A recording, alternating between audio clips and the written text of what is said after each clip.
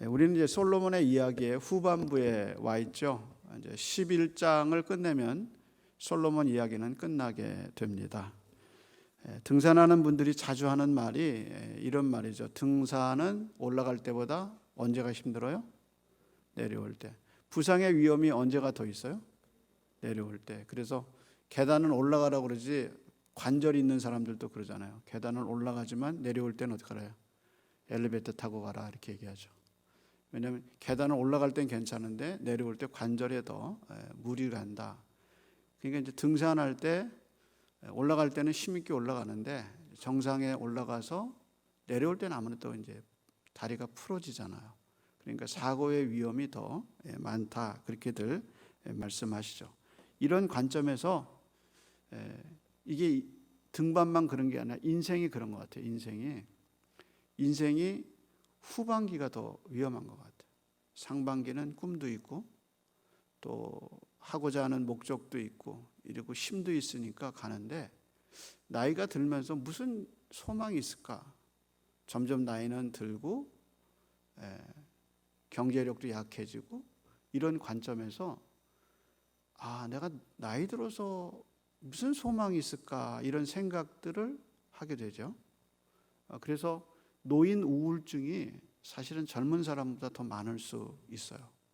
근데 이런 관점에서 시편 92편에 가면 아주 우리에게 좋은 교훈을 줍니다. 이제 시편 92편의 제목이 뭐냐면 안식일의 찬송시입니다. 그래서 이 시를 읽는 사람이 읽는 사람이나 쓴 사람이나 완전한 확실한 신자, 확실하게 하나님을 잘 경외하는 사람이라는 것을 우리가 알 수가 있습니다.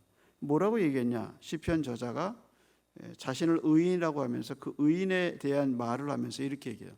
늙어가는 것에 대해서 말을 합니다. 이렇게 얘기하죠. 그는 늙어서도 여전히 결실하며 진액이 풍족하여 빛이 청청하니 그 다음 말이 여호와의 정직하심과 나의 바위 되심과 그에게 불이 없음이 선포되리로다.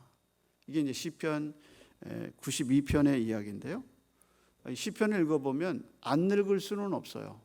왜냐하면 그건 하나님이 정하신 것이기 때문에. 그래서 뭐라고 시작하냐? 이렇게 시작하잖아요. 그는 늙어도 하나님을 아무리 경외하는 의인이라 할지라도 안 늙을 수는 없어요. 그러니까 늙어도 하고 이제 그 현실을 또 하나님이 정하신 법을 얘기하죠. 그는 늙어도 늙는 거는 똑같은데 그 다음 말이 결실한다. 그리고 잎이 청청하고 진액이 풍부하다 이 말이에요. 여러분 이게 무슨 말일까요? 진액이 풍부하고 빛이 청청하다. 이것은 사람이 나이 먹으면 신체 기능이 약해지는 거예요. 근데 이분은 나이를 들어도 젊어서 같이 신체 기능이 제대로 되는 거예요. 그래서 진액이 풍부해지고 입이 청청하다. 이제 그런 거죠. 그래서 하나님의 정직하심과 나의 바위 되심과 그분의 불의가 없음을 선포된다. 이렇게 얘기했는데 내가 이제 입이 청청하고 진액이 풍부하고 그리고 그런 것들이 왜 하나님의 정직하심과 불의 없음을 드러내는 건가? 왜냐하면 하나님이 그러셨거든요. 시편 92편에 의인은 종려나무같이 번성하며 백향목같이 성장한다. 하나님 그렇게 말씀하셨거든요. 그러니까 그 의인이 나이를 먹어도 그렇게 된다. 이렇게 얘기하는 거예요. 그래서 이런 하나님의 말씀이 이루어졌기 때문에 그의 하나님의 자신과 바위 되심과 그리고 하나님의 의로우심이 드러낸다. 이렇게 얘기한 거예요. 이게 모든 사람에게 다 이렇게 적용되면 얼마나 좋아요. 그래서 예를 들어서 성서대학교에 나오는 65세 이상은 이런 복이 모든 사람에게 다 있다. 그 아멘 하시면 내가 좀 당황하죠. 이게 제가 뭐 프랭카르라도 걸어서 시편 92편을 딱 적어놓고 이 교회에 나오는 사람은 모든 사람이 다 이렇게 될 겁니다. 이렇게 광고를 하면 어떨 거 있어요. 근데 이게 모든 사람에게 적용되는 게 아니라는 거예요. 마치 사도행전을 읽어보면 같은 감옥에 들어갔는데 야고보는 제일 먼저 죽어요. 그런데 베드로는 감옥에 여러 번 갔는데 하나님이 베드로를 그때마다 살려내셔요. 아니 억울하잖아요. 똑같은 12사도인데 누구는 감옥에 들어가서 한 번에 죽어. 근데 누구는 감옥에 들어갈 때마다 하나님이 건져내셔. 그게 이제 하나님의 섭리죠. 그래서 어떤 사람은 나이를 먹었는데도 참 잎이 정청하고 나이가 들어도 그냥 그 상태를 잘 유지하다가 하나님께 가는 사람이 있는가 하면 어떤 사람은 그렇지 않고 가는 사람도 있단 말이에요. 근데 그거예요. 늙거나 아니면 건강하나 건강치 않거나 하나님이 우리를 사랑하시는 건 변함이 없어요. 그래서 우리 일생을 통해서 그분의 신실하심과 그분의 정직하심과 그분의 불의가 우리 속에 있지 않아. 그분은 내가 병들든 내가 어떻게 하든 하나님이 나를 향한 그 하나님의 계획에는 변함이 없이 이루신단 말이에요. 그래서 시편 92편이 이런 관점에서 사람이 나이 들어가면서도 하나님의 은혜가 참 감사하다. 그래서 여러분 연세 드신 분들 신앙하는 생활하는 거 잘 들어보면 그러잖아요. 여기까지 살아온 게 은혜입니다. 그 몸도 연약한데도 하나님이 이 연약함 중에 여기까지 인도하심을 감사합니다. 그러잖아요. 그게 이제 하나님의 선하심을 드러내는 거죠. 그래서 평생 내가 병들어도 건강해도 여기까지 지켜주신 하나님의 은혜가 감사합니다. 그렇게 하죠. 그래서 하산할 때 더 조심해야 돼요. 등반할 때보다 하산할 때가 더 조심해야 되는데 이게 이제 솔로몬의 생애에서 배울 수 있는 교훈이에요. 솔로몬의 생애에서 하산할 때 인생의 후반부가 뒤틀려요. 그래서 이제 10장에서부터 뒤틀리는 솔로몬의 모습을 우리가 보여주는데 재밌는 사실은 정상에 올라가 있어요. 그래서 10장이 솔로몬의 통치의 정상에 올라가 있어요. 그래서 타이틀이 뭐예요? 14절의 타이틀이 뭐예요? 솔로몬의 재산과 지혜. 여기 재산이요. 국고에 들어가는 솔로몬의 이스라엘의 부가 아니에요. 이건 솔로몬의 개인적으로 들어오는 돈이에요. 엄청난 돈이에요. 그래서 물론 국가의 전제 국가이기 때문에 국가의 돈이 내 돈이기도 하겠다 이렇게 하겠지만 솔로몬이 자기 돈을 갖고 있는 거예요. 다윗도 마찬가지고요. 그래서 왕의 가축이 따로 있고 왕의 쓸 수 있는 돈이 따로 있는 거예요. 그래서 솔로몬의 재산이라 그랬어요. 이거 국가의 재산이 아니라 솔로몬에 들어오는 돈이 얼마나 많은가 하는 것을 우리에게 보여주는 겁니다. 그래서 솔로몬이 재산과 지혜 이야기가 쭉 나와요. 그래서 본문을 이제 쭉 읽어가 보면 솔로몬의 이야기 속에서 이제 쭉 나오는 걸 보면 이런 거죠. 키워드로 정리해 보면 솔로몬이 들어오는 개인적인 돈, 세금, 그리고 외국에서 보내주는 예물들, 그리고 솔로몬의 보좌가 얼마나 화려한가, 그리고 솔로몬이 쓰는 그릇들이 어떻다. 다시스에서 오는 3년마다 한 번씩 오는 그 대규모 무역에서 오는 것. 더군다나 이 무역을 누가 도와주냐면 두로왕 히람이 도와줘요. 근데 두로는 해상국가라 바다에 대해서는 너무 잘하는 나라예요. 그래서 그 나라의 도움을 받으면서 국제 해상을 하면서 다시스에서 3년마다 한번 엄청난 돈을 갖고 들어오는 그런 모습을 보여주죠. 이게 다 뭐냐? 또 솔로몬은 지혜가 있어가지고 많은 국가의 사람들이 왕들이 솔로몬에게 와서 솔로몬의 지혜를 듣고 솔로몬과 상의하기를 원해요. 그러면 올 때 빈손으로 오나요? 아니죠. 다 예물을 갖고 온단 말이에요. 그러니까 그런 것들이 솔로몬의 지혜와 재산이 어마어마하게 많다. 이게 지금 오늘 본문의 이야기입니다. 그러니까 솔로몬이 한마디로 힘이 강성해졌다. 이제 그걸 우리에게 보여주죠. 사회학자인 버드란트 러셀이 한번 이런 얘기했어요. 힘이 뭐냐? 에너지가 뭐냐? 할 때 이렇게 얘기했어요. 사회과학에서 근본적인 개념은 힘인데 힘이 뭐냐? 이제 버드란트 러셀이 이런 얘기를 했어요. 어떤 마음의 의도를 눈으로 보이는 실제성으로 만들어낼 수 있고 그것을 유지할 수 있는 기본적인 에너지를 말한다. 그러니까 힘이 뭐냐? 자기가 마음속에 어떤 일을 하고 싶은 거야.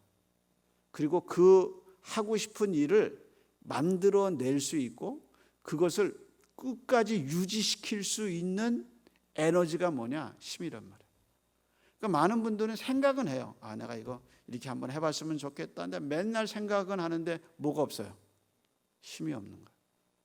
그러니까 에너지, 힘이라는 건 뭐냐면 사람이 갖고 있는 생각을 구체적으로 밖으로 끌어내서 그것을 만들고 그다음 말이 만들어 놓고 그냥 아무것도 자기가 다른 사람이 가지면 아무 소용이 없네요.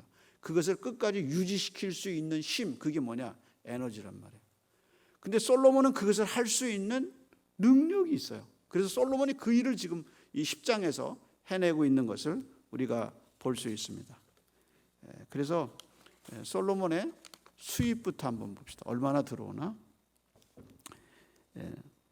솔로몬의 새 입금의 무게가 금 얼마예요? 666달란트. 이 숫자가 어때요? 느낌이 어때요?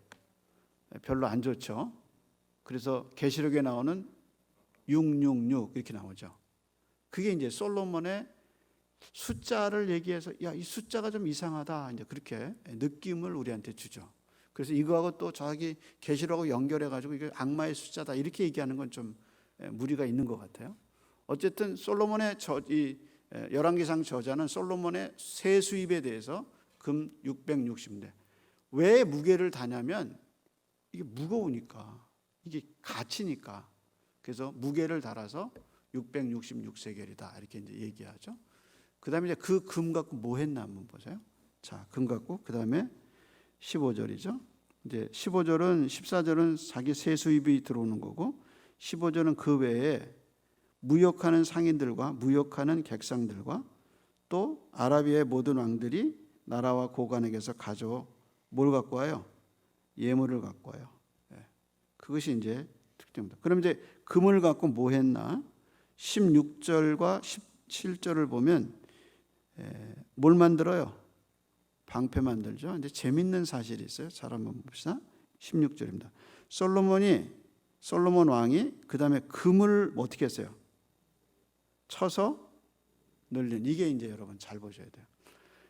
열왕기서에서 쳐서 늘릴 때 물건 만든 게 있어요. 혹시 뭔지 아세요? 금으로 쳐서 만들어 이렇게 아주 정교하게 만든 물건이 있어요. 그게 뭐죠?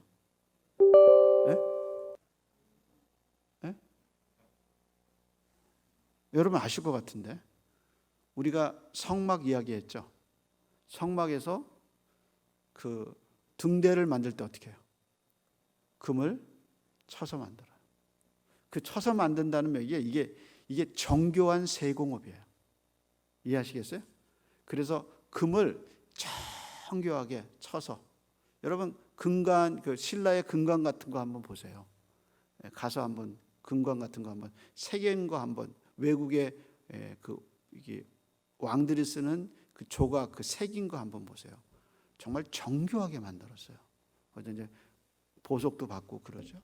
그 여기서 쳐서 늘렸다는 말은 성막에서 등대 만들 때 쓰는 용어예요. 그러니까 얼마나 정성을 기울였는지 알 수 있어요. 자, 그래서 쳐서 만들어서 몇 개나 만들었어요? 금방패 200개를 만들었는데 이제 그 다음에 매 방패마다 든 금이 얼마예요? 600세겔이에요. 600세겔. 근데 600세겔이 또 한 번 나와요. 어디서 나오죠? 여러분 읽었는데 어디서 나와요? 29절 보세요. 애굽에서 들여온 병거가 있죠. 병거가 얼마예요? 한 대에 은 600세겔이에요. 앞에서는 금 600세겔인데 여긴 뭐예요? 은 600세겔. 말은 얼마예요? 150세겔이라. 그래서 저자는 우리에게 숫자를 가지고 계속 던져지는 이미지가 뭐냐면 이거는 썩 그렇게 훌륭한 건 아니다. 이런 인상을 우리에게 주는 거죠. 그래서 굳이 적어놔요. 얼마는 얼마 들었고 얼마는 얼마 들었고. 근데 그 숫자가 666이고 600세겔이고 금방패 만든 거하고 저기서 갖고 온 은으로 돈 주고 사오는 병거하고 만든 거하고 숫자가 같아요. 이제 이런 이미지를 우리한테 계속 주고 있다. 그런 걸 왜 그럴까? 이제 그것은 뒤에 가면 알 수 있어요. 자, 그래서 큰 방패를 몇 개 만들었어요? 200개. 그 다음에 17절. 또 쳐서 늘린 금으로 작은 방패를 얼마 만들었어요? 300개. 매 방패에 든 금은 3마네라.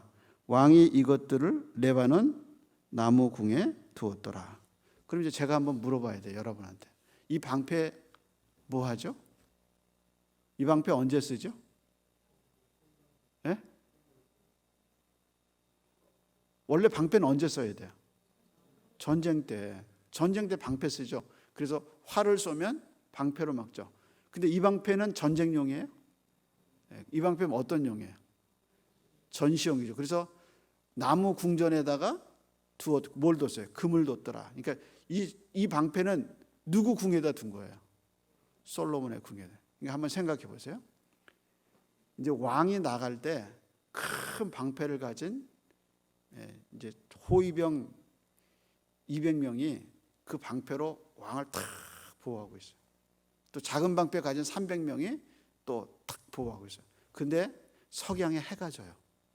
어디 갔다 들어왔는데 왕이 탁 지나가는데 방패를 딱 들고 큰 방패를 들고 딱 도열에 있는데 석양에 해가 쫙 지는 거예요. 어떨까요? 그 가운데를 지나가면 신이 지나가는 것 같아요. 예? 이게 이제 호위용이에요. 호위용.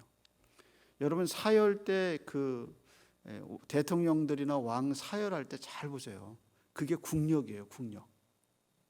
그러니까 솔로몬이 금방패 200개, 작은 방패 300개, 500개의 방패로 자기 들어가고 나갈 때 어디 갈 때 정말 어마어마하게 이게 움직이는 거예요. 그냥 자기 혼자 움직이는 게 아니라 이런 군대가 같이 움직이면서 왕을 호위하는 거예요. 그게 뭐냐면 국력이에요. 국력. 그러니까 이게 솔로몬의 국력이 얼마나 큰 건가 하는 걸 보여줘요. 그래서 이 방패 이야기 속에서 우리는 이게 한마디로 영광이구나. 왕의 영광이라는 게 이런 거구나 하고 우리가 느껴지게 되죠. 한마디로 장관을 이루어요. 그 다음에 이제 또 뭐가 나오죠? 그 다음에 이제 금 얘기 나고 상대 뭐가 나와요? 왕의 보좌가 나오죠. 보좌. 그래서 왕이 상하로 뭐예요? 큰 보좌를 만들. 상하는 어디서 나와요? 코끼리. 그렇죠? 코끼리가 얼마나 죽었는지 몰라요. 그 다음에 큰 보좌를 만들고 그 위에다 뭘 입혔어요? 정금을 입혔어요. 근데 이 금을 다 어디서 갖고 왔어요? 세금 받은 거예요. 660세겔이 쓰이는 게 지금 다 방패하고 어디에 쓰이는 거예요? 자기 보좌에 쓰이는 거예요. 그 다음에 뭐라 그랬어요? 보좌에 층계가 몇 개 있어요? 6개가 있는데 한 층계마다 뭐가 있어요? 한 층계마다 뭐가 있어요? 사자가 있어요. 사자. 그리고 그럼 6개니까 사자가 양 옆으로 있으면 몇 개죠?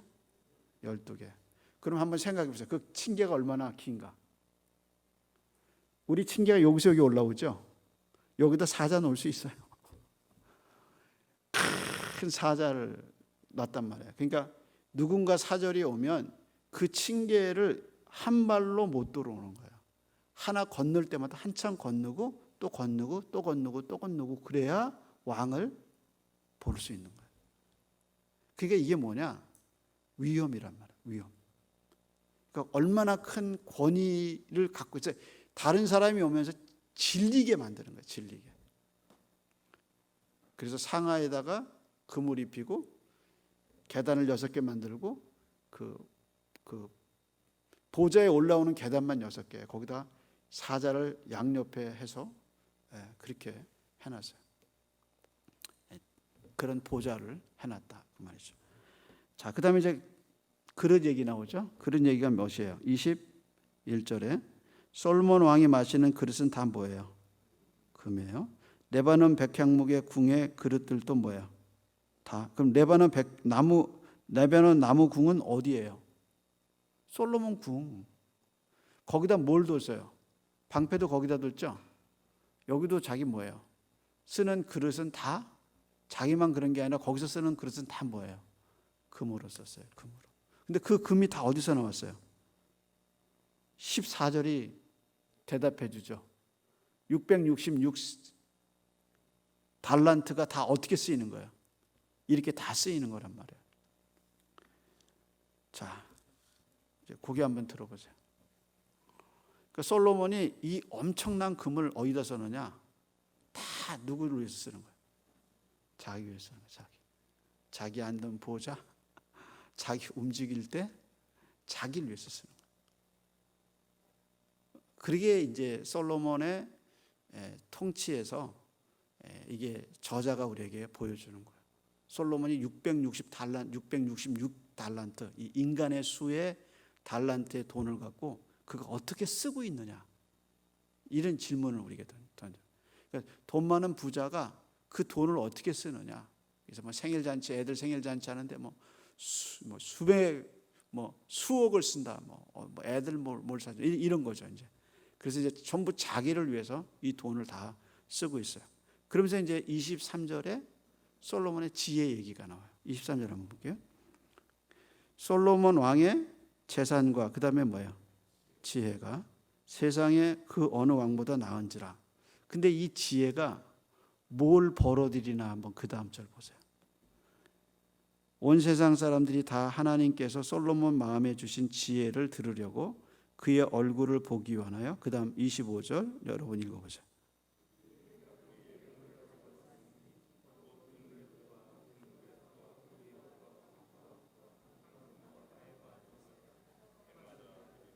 그러니까 해마다 솔로몬의 지혜는 뭘 벌어들이고 있어요? 엄청난 돈을 벌어들이고 있는 거예요. 지금도 666달란트라는 엄청난 세수입이 있는데 이게 계속 뭘 벌어들이냐? 솔로몬의 지혜가 뭘 벌어들여요? 돈을 벌어들이는 거예요. 그래서 각국에 있는 사람들이 솔로몬의 지혜와 솔로몬의 경험을 듣기 위해서 다 갖고 오고 있어요.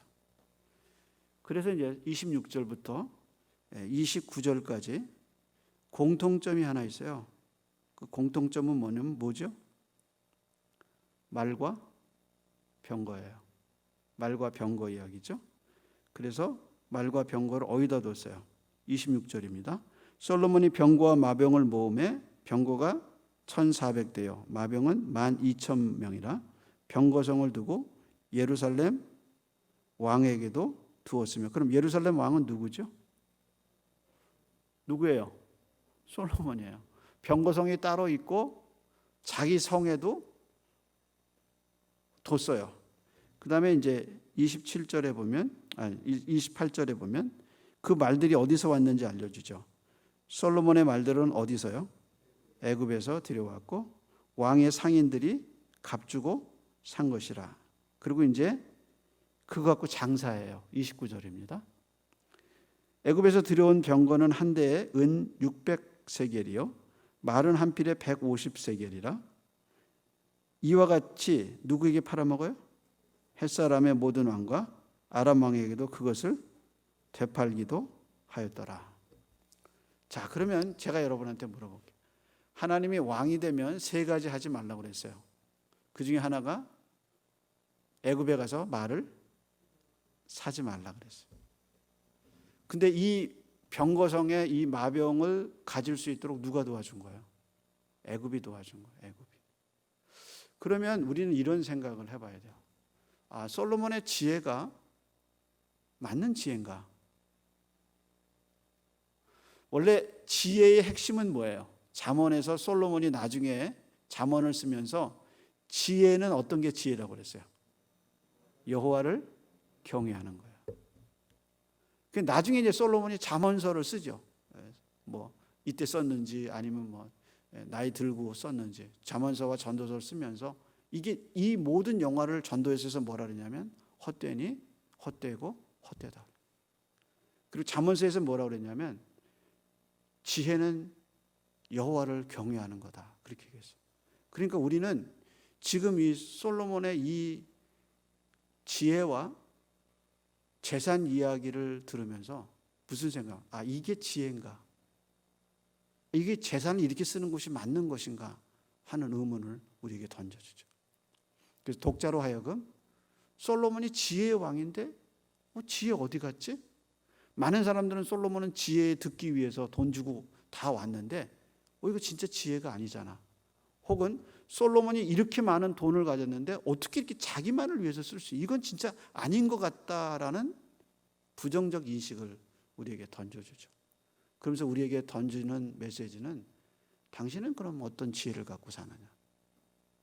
당신은 경제 생활을 어떻게 하고 있느냐? 그걸 우리에게 던져주죠. 그래서 솔로몬은 이 많은 돈을 갖고 자기를 위해서 썼는데 당신은 그 돈을, 당신의 경제관념은 이웃이 있느냐? 하나님을 향한 마음이 있느냐? 그 돈이 어디서 왔는지 당신은 기억하고 있느냐? 당신이 갖고 있는 지혜의 결과는 무엇이냐? 라는 질문을 우리에게 자연스럽게 던지게 됩니다. 여러분, 하나님은 한 번씩 잘못할 때마다 때리시는 분이 아니에요. 그러면 애도 죽어요. 엄마도 죽고. 근데 하나님이 우리에게 원하시는 건 방향성이에요. 우리가 가다가 넘어질 수도 있고 우리가 잘못할 수도 있어요. 근데 방향성은 항상 하나님을 향해 있어요. 그래서 우리가 어떤 때는 젊었을 때 한때 많이 주셨을 때도 있는데 제대로 못 썼어요. 그러나 어떤 때는 하나님이 엄청나게 지혜를 주셨어요. 근데 그거 지혜를 제대로 사용하지 못했어요. 그러나 넘어지고 쓰러졌지만 우리는 항상 하나님을 향해서 조금씩 걸어왔고 지금도 걸어가고 있어요. 그 방향성이 중요한 거예요. 근데 솔로몬은 완전히 방향이 하나님을 향하지 않고 완전히 하나님이 하지 말라는 쪽으로 가고 있어요. 그게 뭐냐? 애굽에서 말을 끌어오고 말을 팔아먹고, 안 팔아도 되잖아. 안 팔아도 뭐가 많아? 엄청나게 돈이 많잖아요. 네? 근데도 그거 맨 마지막에 말 사다가 햇사람한테 팔아먹고 다른 사람한테 팔아먹고 있다. 인간의 욕심은 끝이 없어요. 그런 교훈을 우리에게 던져주고 있다. 그래서 솔로몬의 이런 정책이 하나님의 뜻과 어떤 것인가라는 말을 우리에게 던져주죠. 그러면서 히브리 저자의 말을 우리가 들어봐야 돼요. 히브리 저자가 하나님의 은혜를 비에 비유하면서 히브리서 6장 7절 8절에 이렇게 얘기했어요. 땅이 그 위에 자주 내리는 비를 흡수해서 밭가는 자들이 쓰기에 합당한 채소를 내면 하나님께 복을 받고, 만일 가시와 엉겅퀴를 내면 버림을 당하고 저주함에 가까워 그 마지막은 불사름이 되리라. 그러니까 하늘에서 내리는 비를 똑같이 받아요. 근데 어떤 밭은 가시와 엉겅퀴를 내버려요. 근데 어떤 밭은 좋은 채소를 내요. 누구에게? 밭을 가는 사람에게. 그러면서 하는 얘기가 엉겅퀴와 가시를 내면 버림을 당하고 저주함에 가까워 마지막은 불사름이 되리라. 은혜를 주신 분은 하나님이고 그 은혜에 합당하게 열매를 맺어야 하는 책임은 우리에게 있어요. 그게 지금 하나님이 우리한테 주시는 경고죠. 따라서 우리는 돌아가면서 솔로몬의 지혜와 솔로몬의 이 재정 사용의 방향성을 보면서 우리는 어떤 방향을 갖고 살아야 할 것인가. 그래서 하나님 주신 이 은혜의 비를 하나님이 기뻐하시는 합당한 열매를 맺는데 쓸 때 하나님이 더 부어주시고 더 인도하실 줄로 믿습니다. 기도하겠습니다. 하나님 감사합니다. 오늘 솔로몬의 이야기, 열왕기상 10장 하반부 이야기를 통해서 솔로몬의 지혜의 결과와 솔로몬에게 부어주신 은혜의 재산의 결과를 돌아보면서 우리의 삶을 돌아보게 됩니다.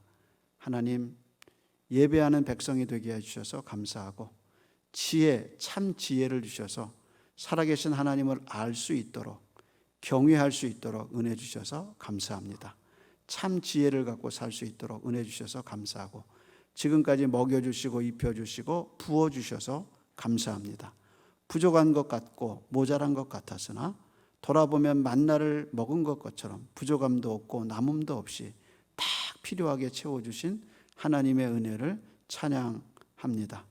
하나님 주시는 비를 하나님이 기뻐하시는 열매를 맺을 수 있도록 저희 모두를 붙잡아 주셔서 우리 생애 가운데 하나님이 기뻐하시는 열매가 맺혀질 수 있도록 성도들과 교회와 자녀들의 삶을 붙잡아 주시옵소서.